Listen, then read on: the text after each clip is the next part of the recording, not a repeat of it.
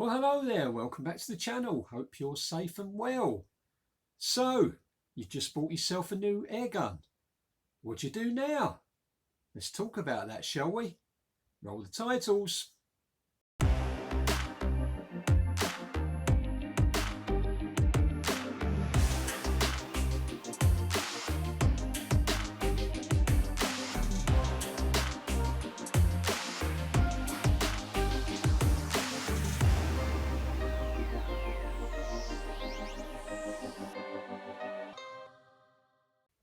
A while ago in a previous video, I mentioned perhaps it might be an idea to make a video on what you do when you get a new gun, what the process is that you go through to, get it ready to shoot and learn to shoot it. And I got a few comments that people saying, yeah, that seemed like a good idea. They'd like to see that video. So that's what this one's all about.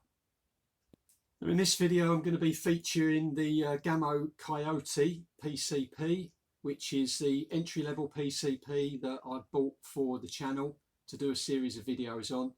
This needs to be set up. It's a brand new rifle straight out of the box, so this needs to be set up just like any other rifle. So we're going to go through the process using this rifle as an example. So you've just got home with your new gun, or it's just been delivered by the courier. What's the first steps, or what's the sequence of steps to actually get this ready to shoot? Now, I know you're pretty keen and eager and you want to get it out the box and shoot it straight away. And I know we don't do user manuals, do we? But I would suggest dig around in the box, get your user manual out and just give it a read. Only going to take you 5 or 10 minutes, but it's important. You'll find out, you'll read about the particular safety features built into your particular rifle, how to use the safety catch, things like that. You'll read about the charging, what your maximum fill pressure is if it's a PCP, and the safe way to charge it, how to use the charge probe. You'll also read about how to fill the magazine or load your pellets. So we don't want to break our new gun and have to take it to the shop straight away, do we? So read the manual first, you know, it makes sense. So the first thing we need to know then is our airgun legal? Now the gun shop that you bought your airgun from should have checked the power output of the rifle before they sold it to you, but not all of them do. Now you've got the gun in your possession, it's your responsibility to make sure you're adhering to the law. And as we know, in the UK, if you don't have a firearms certificate, your air rifle needs to have an output below 12 foot-pounds of energy. So we need to do a quick chrono check just to make sure that we're legal before we move on. Now your rifle should be delivered, if it's a PCP, with some air already in it. You might find that you just need to top it up a little bit so that you've got enough pressure in the cylinder to do 5 or 6 shots of different pellet weights, so we can see what the output is. So what we're going to do first then is we're going to put the new rifle through the chronograph. So here I've got the rifle set up to do the initial chrono test then. And we're not really interested at the moment at this stage in what the spread and what the standard deviation is over the chronograph. We're just checking the maximum power just to make sure that the rifle's legal. So you can see, not using a moderator on this. I've taken the muzzle brake end screw off to reveal the half UNF thread, and I've attached my Nate Chrono, and that's all set up as you can see on the mobile phone. And we're just going to put 3 shots through, starting with the 8.44 grain pellets, and then we'll try something a bit heavier. I'm going to try the Exact Diablo Heavies, the 10.34 grain, just to make sure that the rifle is still legal with the heavier grain pellets. So 3 shots then, as I said, and we're loaded up with 3 pellets in the magazine. Take the safety off. First shot. 756, looks at that.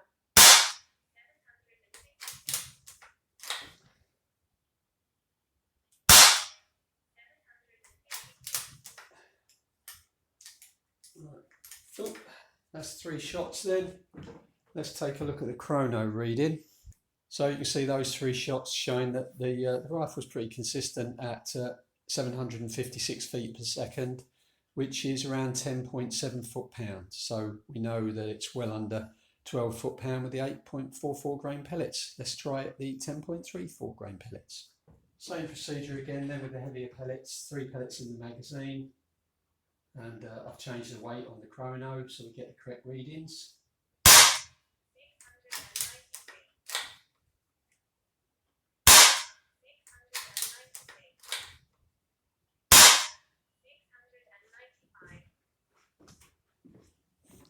And let's check the results.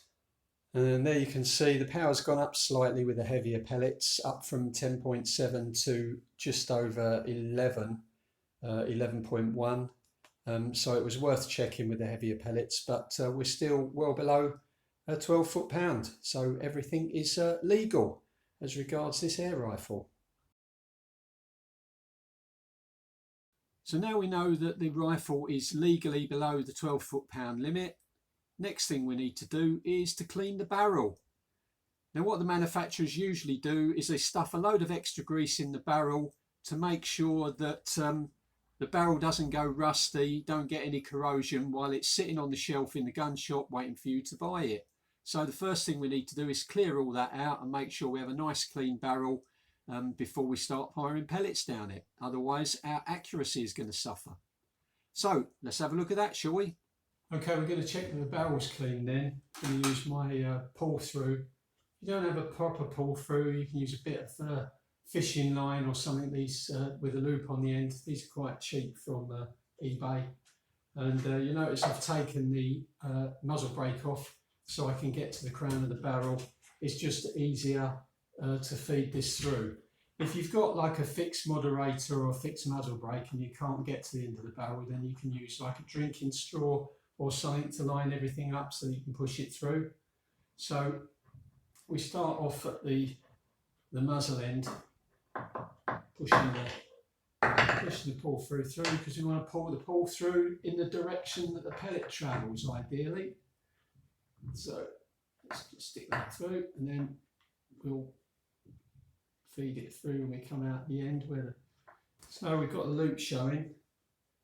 I'm going to be using paper pull throughs to begin with. So you fold that in half, basically put it through the loop and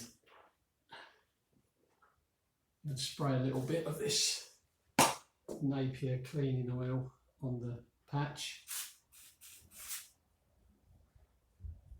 Now, if you haven't got these paper pull throughs, you can use these fingernail cleaning pads that you can buy in packs of, big packs of 1,000 that are really cheap, a lot cheaper than buying the purpose-made gun ones, and they work perfectly well.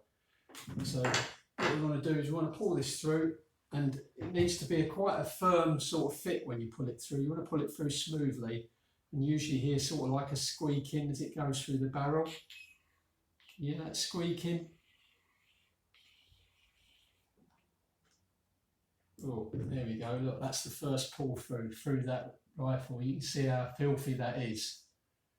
So what you want to do is, I'm not going to show you this on video, but I'll carry on pulling these pull throughs through until they come through clean. So you want to carry on pulling through your patches until they're clean, and then finish off once they're pulling through clean with just a final dry patch, which is what we're going to do now with this one.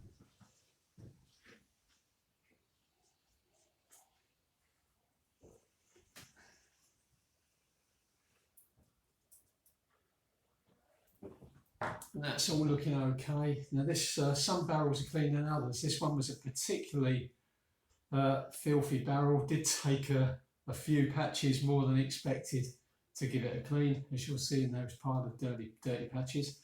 But once you've got that done, there's no need to do it again. We'll just then it's a case of leading in the barrel and shooting through a few pellets through it. So we've got a nice clean barrel now. Next step is to attach and set up our scope. So what we need then, obviously, we need the scope and we need a set of scope rings. So let's go through that step by step.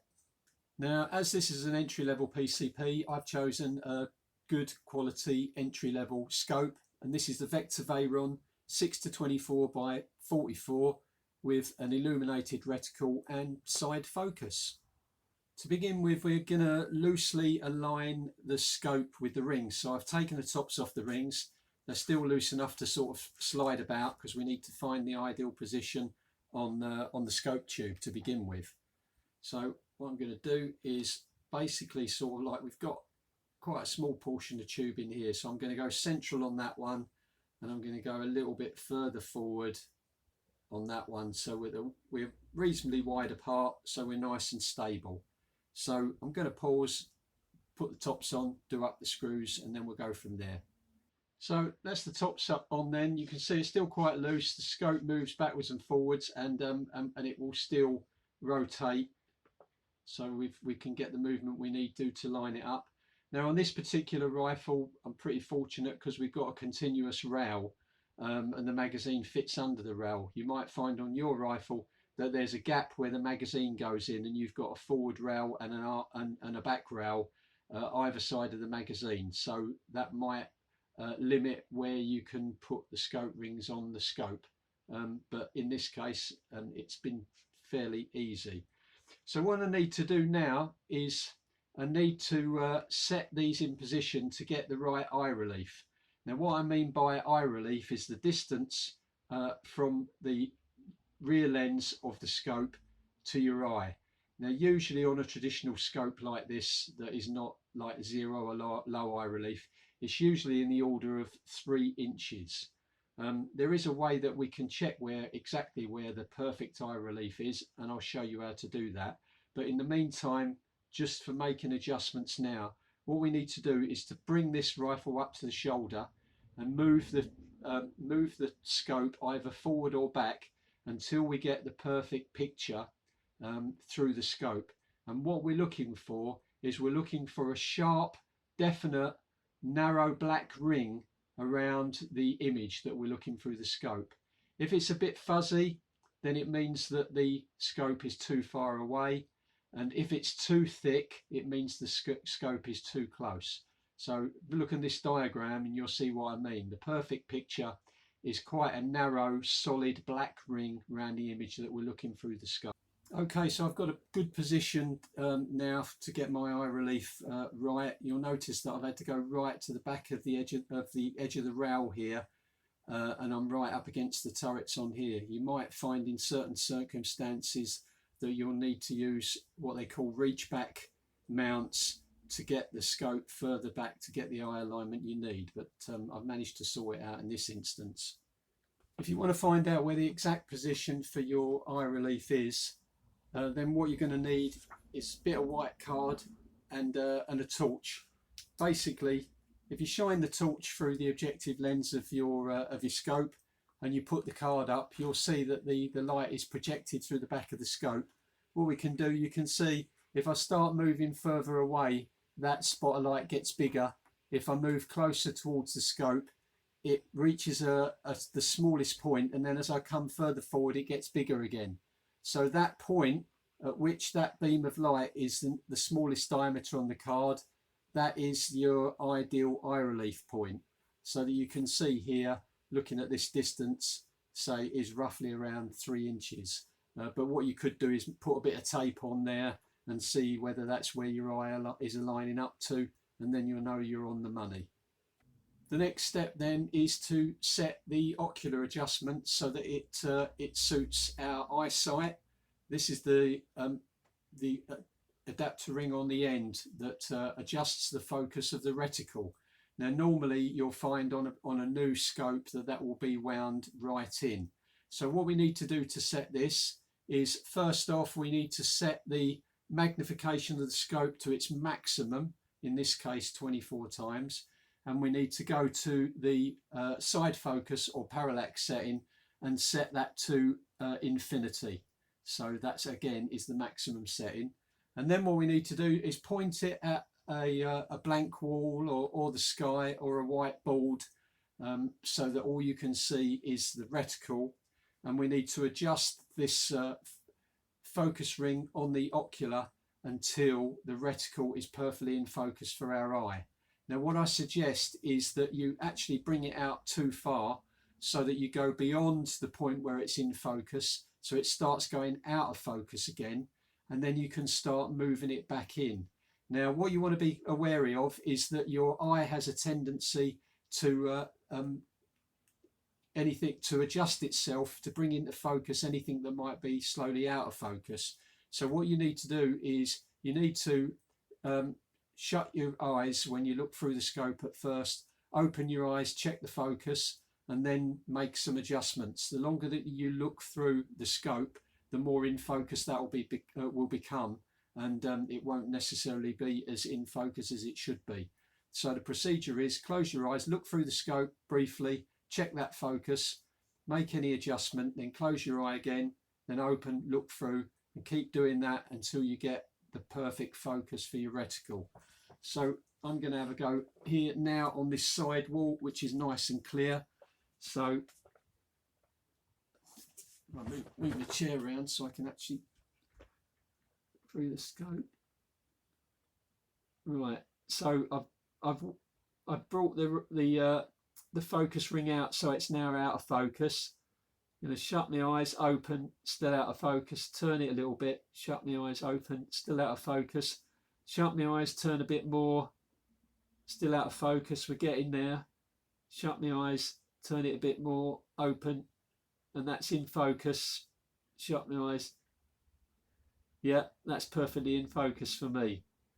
So some scopes will then have a locking ring, so you can lock this position, because obviously once you've got it set, you don't need to adjust it.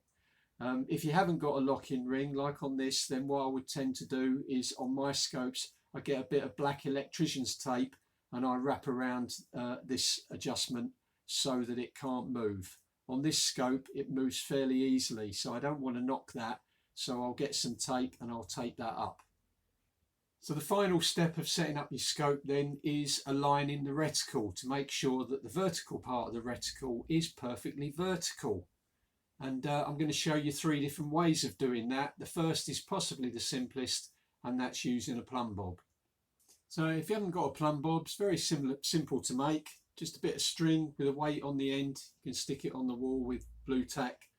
Basically, hang that up on the wall where you can see it clearly. And then to set your rifle up, obviously minimum magnification and minimum focus range. Shoulder the rifle, line the vertical part up with a plumb bob, or you can put this in a rest if you've got the rifle set perfectly vertical, and then just adjust, twist the scope in the scope rings until it's perfectly aligned, and then nip up your scope rings before you torque them up to the correct settings. So that's the first way of using a plumb bob. There's another way of using a plumb bob that I've seen. This is quite a novel approach, and you actually reverse the rifle and you point the rear of the scope towards the plumb bob, and then what you do is you shine a torch through the objective lens so that it projects out the back of the scope, and that projects an image of the reticle on the wall, and then you can make your adjustments to the scope to line up with the plumb bob that way. Let's take a closer look at that. Okay, I've got my plumb bob set up, as you can see, and I'm going to put a torch through, shining backwards through the scope, and you can see there that the reticle's projected on the wall, and we've got the vertical piece that we can then twist the scope and line the reticle up perfectly with the plumb bob. Third and final approach then, it's what a lot of people use, is using the spirit level set. So you set your gun perfectly upright, locked in a rest, and attach the spirit level to the barrel at the end of the barrel so that you know that that's upright, and then you use a second spirit level on the top of the turret, and line both these spirit levels up, and then you know that that's perfectly vertical.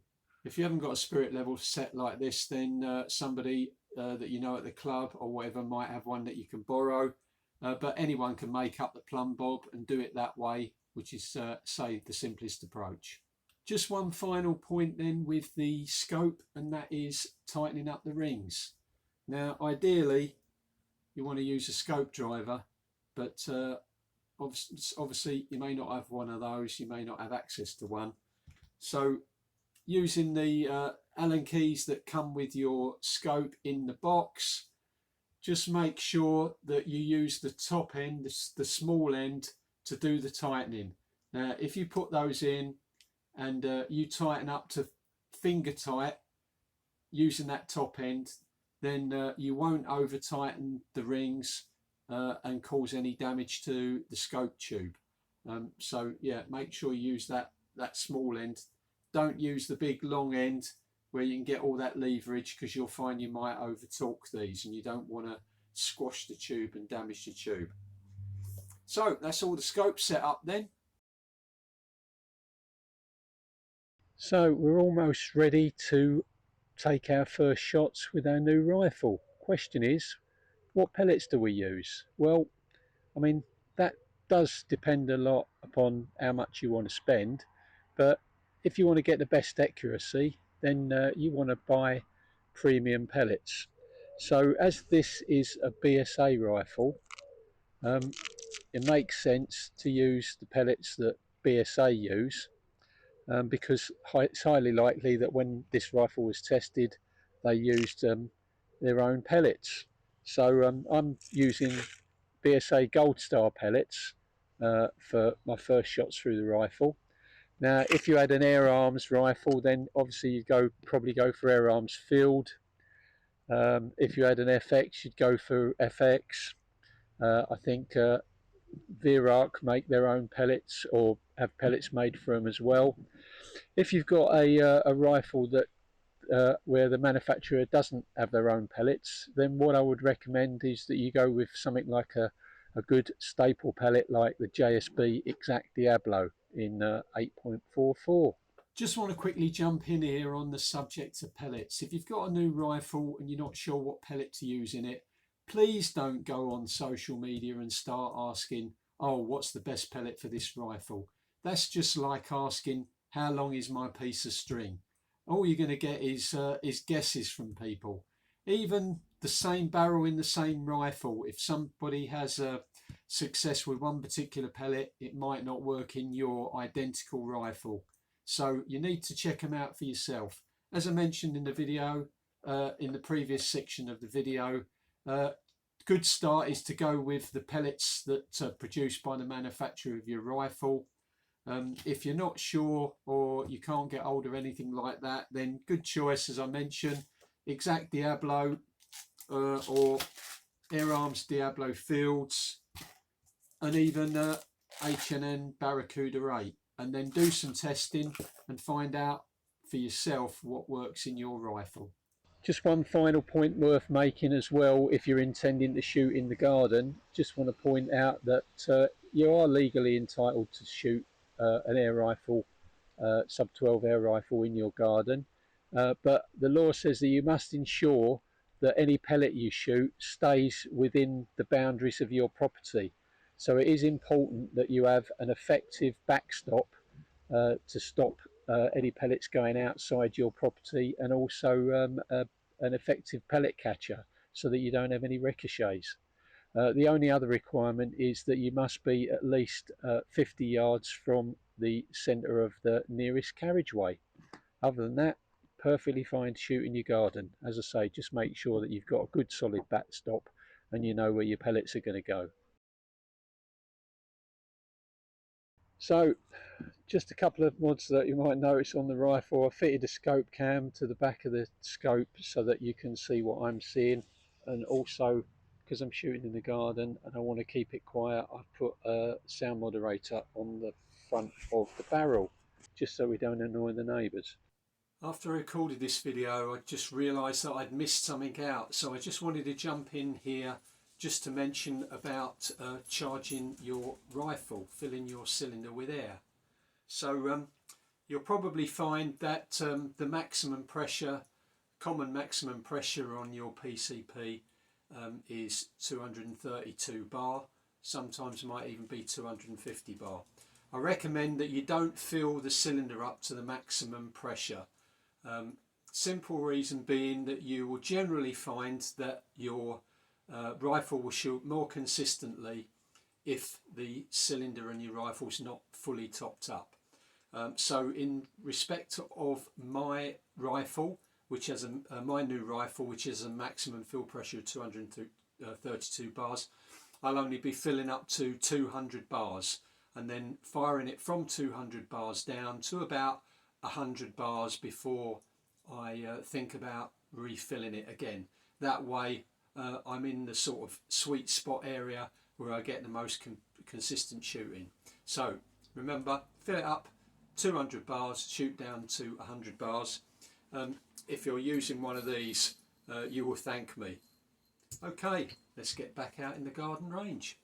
Need to zero the scope in. It's very windy out here in the garden today, so wouldn't normally be conditions that I would use to do this.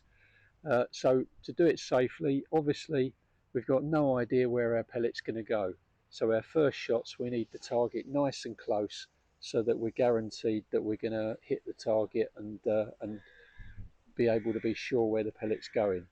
So I've set a target up around anywhere from sort of 10 to 15 yards, probably a little bit more than 10 yards. What I'm going to be doing to begin with, just making sure that whether we need to make a rough adjustment to get the pellet to the center of the target, and then first off we will be setting the windage turret, which is the one on the side. So got some pellets in the magazine. We'll load the mag and see how we get on.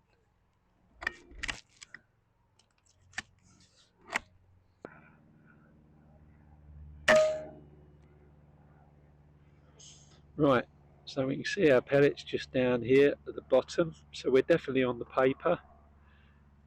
What I'm going to do is just raise the pellet up a little bit. We want it to go up about 2 mil dots.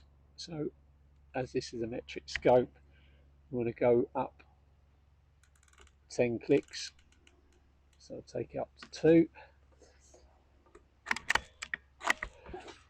We'll try that again, see where the pellet goes now.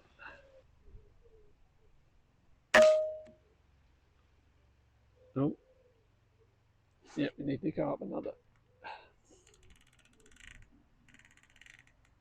Go back round to 0, try that again.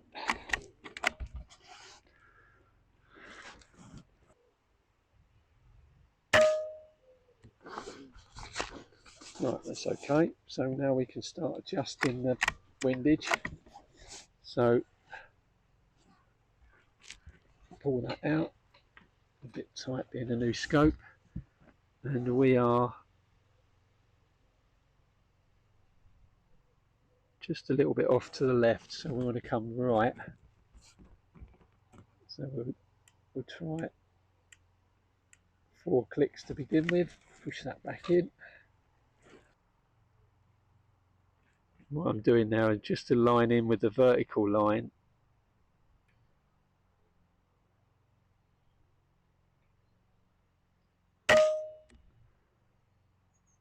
Still a little bit over to the left.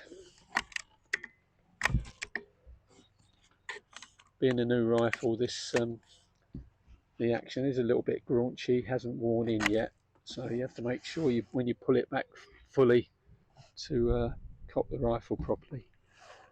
Right, gonna aim at the top here on that vertical line.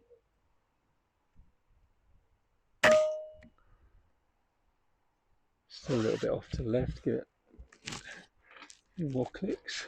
To the right, 1, 2, 3, 4. Push it back in again. Try that again.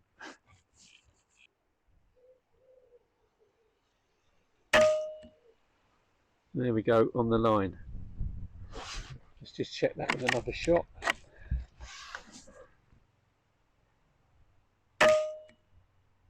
Yep, so that's our windage set then.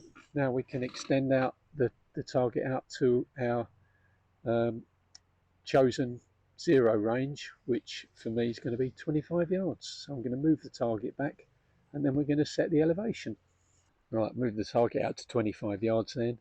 Now I'm going to be lining up with the horizontal line and making sure that we've got our elevation set using the top turret. So video's all on.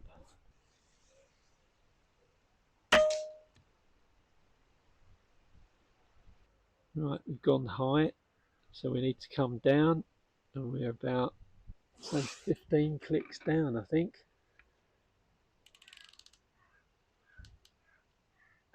Let's try 15 clicks to start with.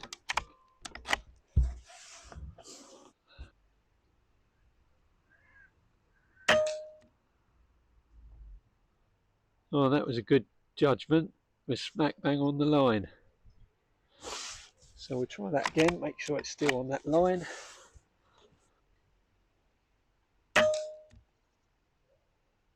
Yep, so that's the gun zeroed then. What we do now then is I'll just pick one of those dots on the target. I'll do a quick 5-shot group just to see how the rifle's grouping at 25 yards.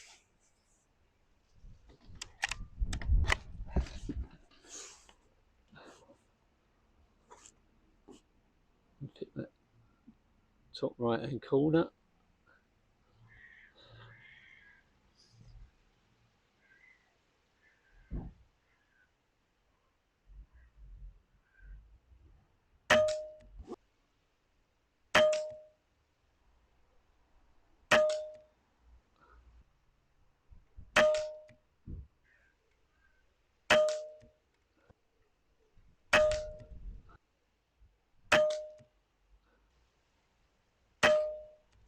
We're out. I think what I'm going to do is try that again and then wait on the wind. It's getting blown all over the place.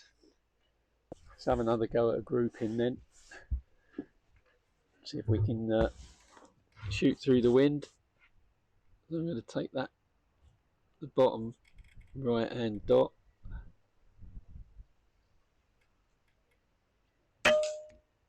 Smack bang on. See if we shoot between the wind gusts. It's pretty accurate.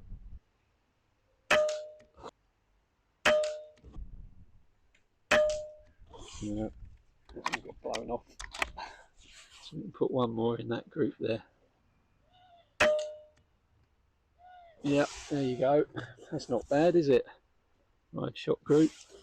So we can put some more in there. A little bit higher and to the left. Yep. Going in that hole.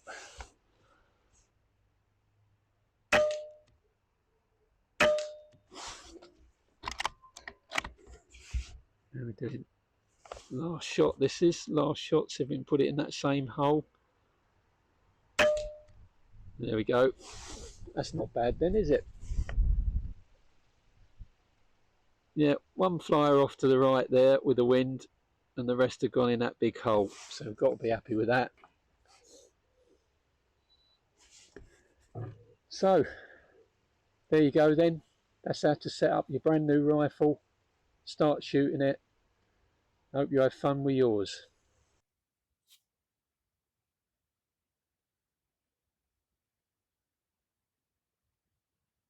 Well, that's all I've got for this video then. If you're thinking of buying yourself an air rifle, or you've just bought your first air rifle, I hope you found that useful.